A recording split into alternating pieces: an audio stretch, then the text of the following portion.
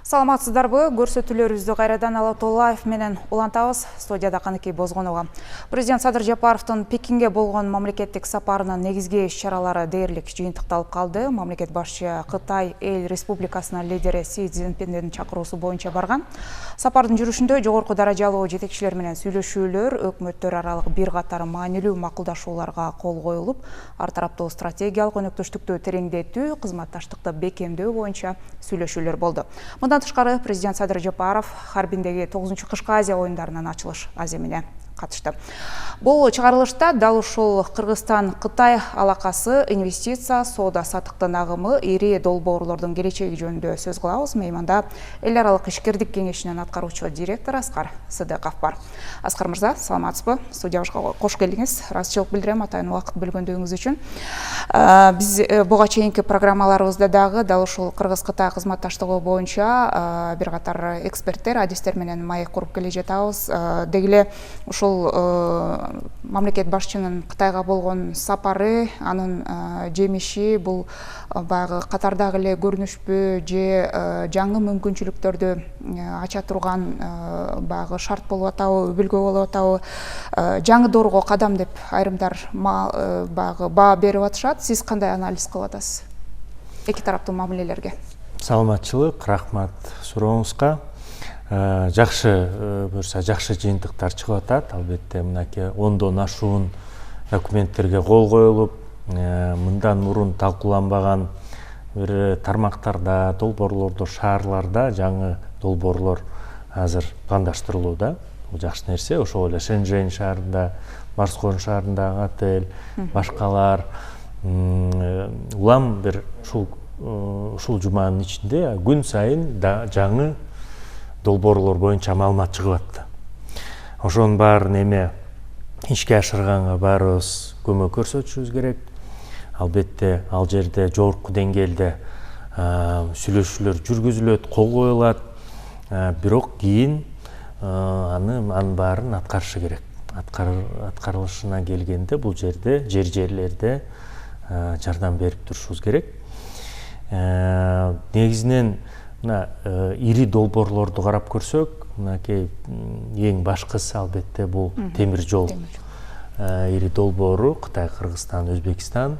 Бул темир жол бир жумага Кытайдан Европага болгон жолду кыскартат экен, мөөнөтүн кыскартат экен.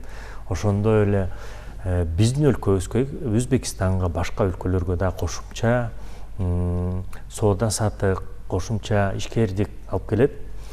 Өзгөчө биздин өлкө бул маанилүү. Биз окшош мындай деңизге чыга албаган өлкөлөргө мүмкүнчүлүгүбүз, жаңы мүмкүнчүлүгүбүз ачылмакчы. Буга дагы көз салалы.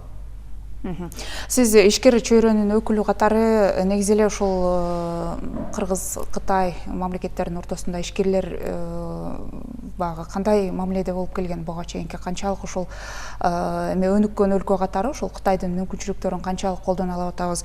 Эми бул сапардын алкагында мына 700 миллион долларлык 19 келишимге кол коюлганы айтылды. Ушул ишкерлер ортосунда бул эмнени билдирет? Кандай көрсөткүч? Бул жаңы кадамдарды билдирет. Албетте жылдан жылга бизде ишкерлер тарабынан, ишкерлер ортосунда бизнес форум, иш-чаралар, ошондой эле эки тараптуу визиттер көбөйүүдө. Бул дагы жакшы мындай белгилеп кетчү жагдай. Улам биздин ишкерлер каттап турушат. Кытайдын борборуна дагы бардык шаарларга мына жакында эле Кантон жарманкеси болгон атат. Майда жана ошондой эле күзгү айларда ошонго дагы көптөгөн биздин ишкерлер барган атышат. Ал эми Кыргызстанга келген Кытай ишкерлери дагы аз эмес. Мына жылыга Ысык көл экономикалык форум өткөрүлүүдө. Кытай тарабынан 10догон, кээде 100дөгөн ишкерлер келет, катышып турушат. Ошо менен чектелбестен тармактыктагы ишкерлер келет. Мисалы, айыл чарба тармагы боюнча өзүнчө келет. Тигүүчү тармак боюнча өзүнчө келет, энергетика боюнча ушундай тармактык делегацияларды көп көрүп турабыз. Алар көбөйдү, бул жакшы белги. Негизинен эле Кытай ишкерлерге биздин өлкө абдан кызыктуу. Себеби биз кошунабыз, бул бир экинчиден Кытайдын өкмөтү дагы мындай баргыла дейт, колдойт. Себеби Кытайда өкмөттүн ролу абдан эле чоң да. Өкмөт кайсы жерге бар десе, ошол жерге барышат. Ошон үчүн биз эки тараптуу өкмөттөр аралык, президенттер аралык, өлкө башчылары аралык сүйлөрдү жүргүзүп турушубуз керек, сөзсүз түрдө. Мына ушул сыяктуу эң жогорку деңгээлдеги визиттер ошону тастыктап турат. Андан сырткары ошол сүйлөшүүлөр менен чектелбестен ишкерлер кийин жерлерде албетте өзүнчө бир пландарды коюшат, жер тилкесин алышат, имараттарды алышат. Кытай ишкерлердин дагы бир жакшы жагы, алар кандай тармак болбосун баарына тең кызыгып, мындай инвестиция салганга даяр экен. Инвестиция салганга, иштегенге даяр экен. Мына кошумча өткөрмө пункттары ачылып атат. Кошумча көбүрөөк сааттарга чейин азыркы иштеп жаткан өткөрмө пункттар ишин улантат. Ошол Иркештам, Төрүгарттар. Ошондой эле ал пункттарда жанагы ветеринардык, фитосанитардык көзөмөлдү жөнөкөйлөтүү, санариптештирүү аракеттери көрүлүүдө. Мынакей биздин экспортко чыга турган продукциябызды дагы чыгарганда, мисалы ошол эле жүн, башка эл чарбанын өнүмдөрү, аларды чыгарганда көп учурда ушундай сертификация, стандартизация тараптан маселе чыгат да. Ошол маселени чечүүгө азыр ушул визиттин жүрүшүндө кол коюлган документтерге, бир катар документтерге. Ошондон кийин жөнөкөй болот деп атабыз. Эми жалпысынан сүйлөй турган, жасай турган иштер көп. Буга чейинки сапарында ошол президент Садыр Жапаров Кыргыз-Кытай өнүктүрүү фондун түзүү боюнча дагы сөз болду эле да. Бул эмилге катары турат азырынча. Буга зарылдык барбы? Ишкерлер үчүн кандай шарт болушу мүмкүн биздин кыргыз ишкерлери үчүн? Ал фонд түзүлсө жакшы болот, бирок жок болсо деле биз иштеп кете беребиз. Себеби албетте мурунку тажрыйба калыптангандай эле мынакей Кыргыз-Орус фонду иштеп атат, Кыргыз-Венгер, Кыргыз-Азербайжан, Эмираттык инвестициялык холдинг иштеп атат. Ушул эле сымалдуу албетте биздин өкмөт иштесин деп сунуштап атат да. Жаңы эки тараптуу бир мекеме куралы деп. Кытай тарапы эми колдор дейле, бирок колдобосо деле жетиштүү деп ойлойсуз. Жетиштүү.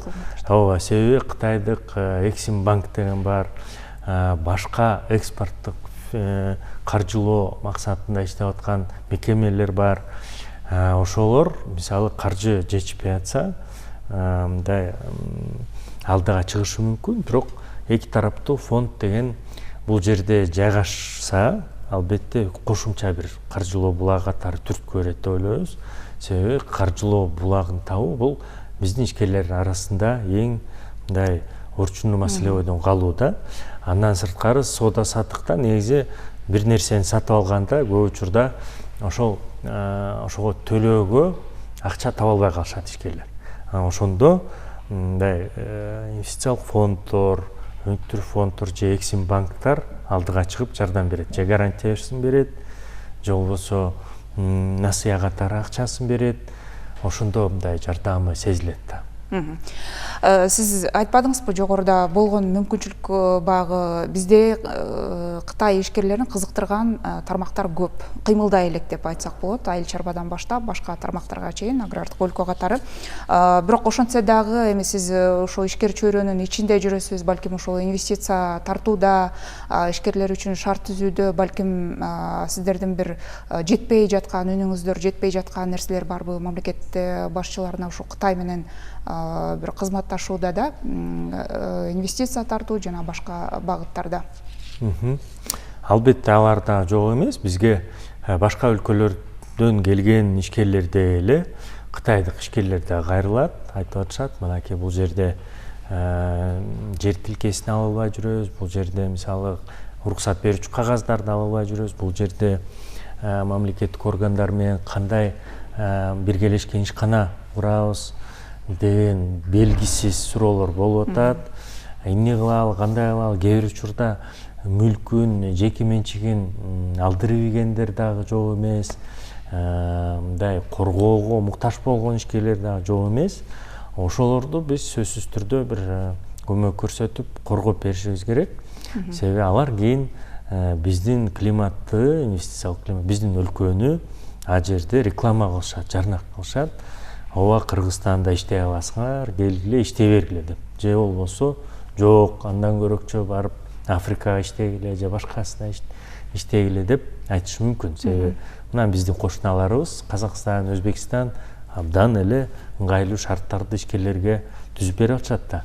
Мына Казакстанда Хоргоз деген өткөрмө пункту ачылгандан кийин аябаганда эле соода саттык өстү Кытай тарап менен. Ошон үчүн бирок салыштырмалуу бизде деле баягы инвестициялык климат жакшы болуп калды окшойт. Анткени мамлекет башчы ошол ар бир сапарында ушул нерсени белгилеп айтып атат. Болушунча сырттан келе турган инвесторлорго шартты түзүп беребиз деп. Туура. Ал жерде да жылыштар бар. Мына былтыркы жылы эле социалдык төлөмдөрдүн ставкасы ылдыйлатылган, кескин ылдыйлатылган, 27%-тан 12%-га чейин.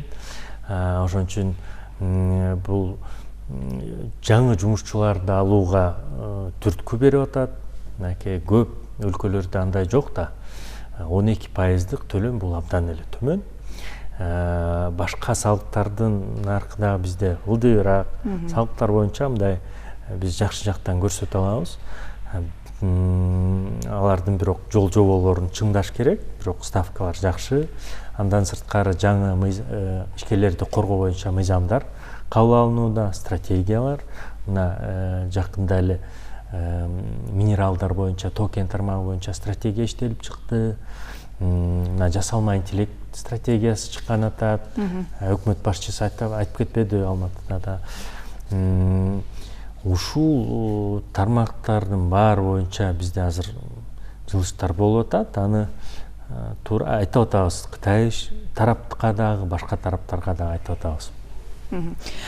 Ушул жолугушуудагы дагы бир маанилүү нерсе буга чейин иштеп келген бир алкак бир жол демилгеси. Ошонун алкагында ошо Кыргызстандын 26-жылга чейинки өнүктүрүү стратегиясы байлоо жөнүндө сөз болуптур да. Бул кандай нерсе? Эмне берет биздин экономика үчүн? Темир жол долбоору боюнча? Жок, темир жол эмес, бир алкак бир жол долбоорунун алкагында биздин өнүктүрүү стратегиябызды ошол демилгеге байлоо жөнүндө биргелешип иш алып баруу жөнүндө сөз болуп атат да. Эми бул азыр дүйнөлүк экономикадагы баягы туруксуздукту эске алганда биздин экономика үчүн кандай мындай кепилдик же ишеним болуп бере алабы? Эми байлабасак дагы аны эске алсак, сөзсүз түрдө эске алышыбыз керек. Себеби бир алкак бир жолдо миллиарддаган, 100 миллиарддаган инвестиция турат. Анын бир бөлүгүн биз албетте өлкөбүзгө пайдалансак, тартсак жакшы болот. Эмнеге болбойт? Бирок стратегиянын баарын байлагандан эле аны карап көрүшүбүз керек. Бирок стратегияда сөзсүз түрдө ал эске алынып, каралышы керек. Бул жерде кандай транспорт жолдору, автомобилдик дагы темир жолдор, энергетиканын жаңы мүмкүндүктөрү, мына шамал энергетикасы, бул сөзсүз түрдө эле гидроэнергетика эмес, аны менен чектелбейт. Күн, шамал, керек болсо геотермалдык энергия деген бар. Ошонун баарын пайдалансак болот. Себеби ошол жабдыктардын көбүнчөсү Кытайда мындай ылдыйлатылган, жеткиликтүү баа менен алса болот жабдыктарды. Ошондо энергетика, айыл чарба кайра иштетүү тармагы, тамак аш тармагы, туризм, IT, финансы жана башка тармактар менен иштесек болот. Себеби биз мына Кытайдын босогосунда эле турабыз. Башка өлкөлөрдө болуп, тетиги Латин Америкада эле алып атпайбы? Ал бир алкак бир жол менен каржылоону алып атпайбы? А биз болсо мына эң жакын өлкөлөрдүн бирибиз Кытайга. Ошондуктан бизге Кытай балким мындан дагы артыкчылыктуу, мындан дагы жөнөкөй шарттар менен каржылап бериши мүмкүн. Же болбосо мындай гранттык негизде, же болбосо кытайдык ишкерлер өздөрү келип, өкмөт тарабынан эмес, жеке инвестицияларды салышы мүмкүн. Ошонун баарын деле бир алкак бир жол деп койсок болот. албетте потенциал абдан эле биздин дарамети, кызматташуу дараметибиз абдан эле чоң. Көп нерсени азыр пайдаланбай жатабыз. Ошол санарип технологиялар боюнча, санарип технологиялар боюнча дагы мына жасалма интеллект боюнча мына Кытай өткөн жумада эле кандай чоң жаңылык жаратты. Американын жасалма интеллекттерин көбүнчөсүн мындай жылдырып, аларды тынчсызданууга салды десек болот. Биржаларда көптөгөн сүйлөшүүлөр болду, кээ бир компаниялар акчасын жоготту. Бул бир эле мисал. Башка санарип технология, башка технологиялар боюнча Кытай көп учурда алдыда болуп атат. Себеби Кытайда илим, билим тармакка, илимий изилдөө тармакка эбегейсиз чоң акчалар жумшалууда. Дүйнөлүк практикада ушундай, ким илимий изилдөөгө көбүрөөк акча салса, 5-10 жылдан кийин, 20 жылдан кийин ал көбүрөөк пайда табат. 1-2 эсе эмес, 10 эсе, 20 эсе көбүрөөк пайда алышы мүмкүн. Азыр Кытай ошол 80-90, 2000 жылдары жасалган иш аракеттердин пайдасын көрүп атат. Пайдалары жакшы болуп атат. Кытай азыр дүйнөдө экинчи экономикасы катары таанылууда. Бирок жакын арада кээ бир эксперттердин айтымында бул биринчи экономика болушу мүмкүн деп атышат Кытай. Биз демек анын пайдасын албетте көрсөк болот да. Кошуна болгондон кийин ал инвестициянын 1%-дагы, 0,1%-дагы тартсак кандай жакшы болот эле. Бирок ал үчүн албетте иштеш керек. Ал келишимдерди дагы эни жебине чейин карап, биздин кызыкчылыгына дал келеби, келбеби, дал келсе аны алып кетишибиз керек. Өнүгүүдөн артта калбайт элек деген маселеде жакын турган өлкө катары. Туура. Биздин ичидин продукциябыз киши башына $2000 ашты. Кытайдыкы бир азыр $10,000-15,000 чейин барат. Калктын саны көп болсо дагы алар киши башына дагы чыгарылган продукциясын көлөмүн арттырууда. Биз ошо жетишели деген үмүттү коюп атабыз, пландарды коюп атабыз. Потенциал абдан күчтүү. Бул сапардын алкагында ошо сиз белгилегендей энергетика, санариптик технологиялар жана башка бир топ тармактарда келишимдер болду. Ошону менен катары курулуш тармагы дагы бар. Биз канчалык ошол курулуш тармагында Кытайдын тажрыйбасын колдоно алып атабыз? Бул негизи эле азыр биздин тармакка келдиби ошолор колдонуп аткан? Эми дүйнөдө сиз айткандай алдыга киши салдыра элек да Кытай бул тармакта. Акырындан ал технологиялар, ал курулуш материалдар келип атат. Биздин курулушчу компаниялар аларды колдонууда. Түгүл мынакей Кытайдын жумушчулары да келип иштеп берүүдө. Мына ошол эле БОМ жолун карап көрсөк, Кытайдын жумушчулары салган да, Кытайдын технологиялары менен.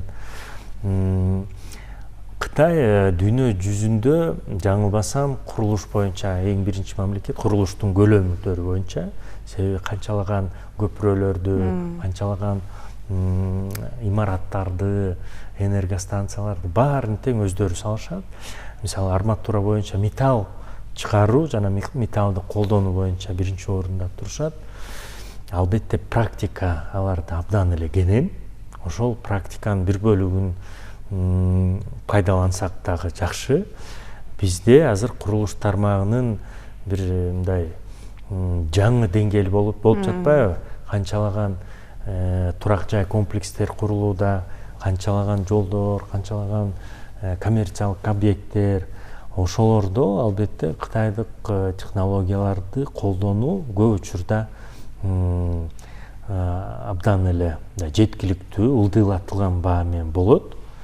Жыйынтыгында сапаты боюнча да көп учурда артта калбайт да. Куручулар өздөрү айтып атышат. Эми мына бул визиттин алкагында деле биздин ондогон куручулар, курулуш компаниялар барды, президент менен кошо, ишкерлер форумуна катышты. Демек, эки тарап тармакта тең, курулуш тармагында кызыкчылык жакшы эле.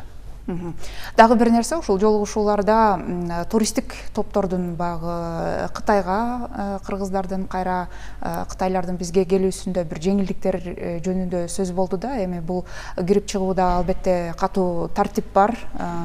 Бирок Кыргызстан багы туризмдеги потенциалы жогору өлкө катары ошол эле ишкерлер үчүн тилөө тармагында кандай таасир бериши мүмкүн ушул тармакка, туризм тармагына? Ушундай жеңилдиктер керекпи? Албетте керек, себеби дүйнө жүзүндө кытайдык туристтер дагы кайра эле айтып коелу, биринчи орундарда турат. Кытайда эл көп да. Дүйнөнү кыдыруу боюнча. Дүйнөнү кыдырып жүрүшөт. Кыдырып жүрбөстөн гана, чектелбестен эң көп акча сарпташат экен ал барган өлкөлөрдө.